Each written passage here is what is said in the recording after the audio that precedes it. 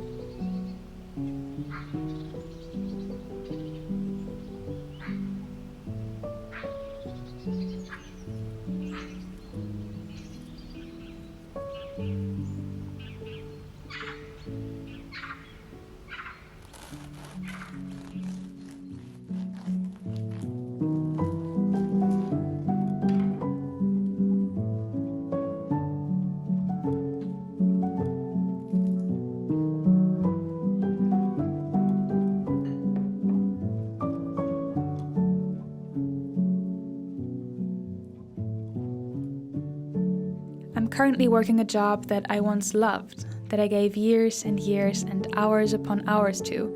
Right now it seems as though I have hit a dead end, and as if my feelings for the thing I thought I wanted completely changed overnight. Like biting into a shiny red apple just to find it rotten to its core. I suddenly saw so much wrong with the industry I am in and the toll the intense work is taking on my health, especially mentally. So now I wonder, what if quitting can be the kindest thing we can do for ourselves? And maybe stopping the pursuit of something we once loved isn't quitting after all. Maybe it isn't failing, but just the beginning of the pursuit of something new entirely. I do believe now that you cannot fail at life the way I always thought I was, no matter what I achieved because someone was reaching even higher. Life is only an exploration, an invitation to feel joy, thrill, luck, grief, and I know for myself now that I want to prioritize peace. I used to believe that pushing myself out of my comfort zone was inherently good, but now I feel quite different. Comfort is a very fundamental need, and tending to one's life with care, love, and patience, just like a balcony garden, will eventually lead to something beautiful.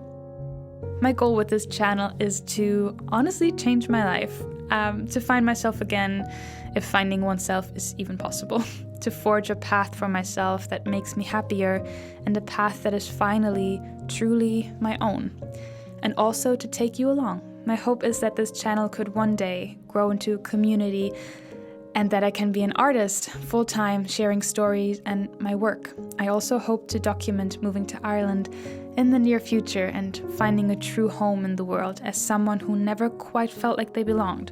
So if you are watching right now, I cannot thank you enough, and I'm excited to see where this chapter goes. Hello guys, so it is time to harvest the last couple things that I have on my balcony.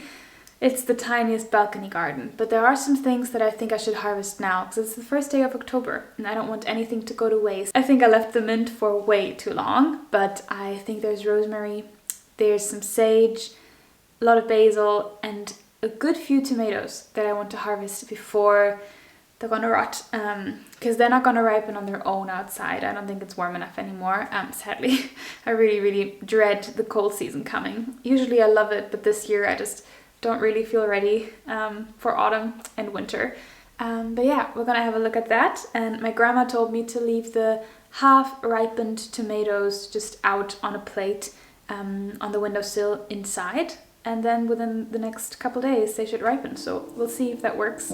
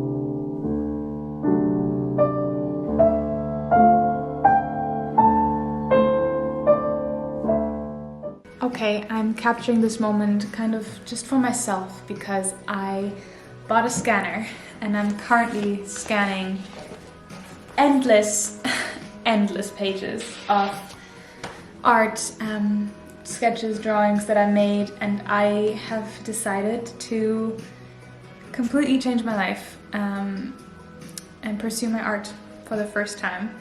And it's something I think I've been wanting to do my whole life, and I have just been too scared, and I'm just taking a chance now on myself. So we will see how this goes. But I wanted to capture this moment because I feel really emotional, because I think everything's going to change. And I just trust God that it's for the better, because I haven't been as happy as I think I could have been. And this feels right.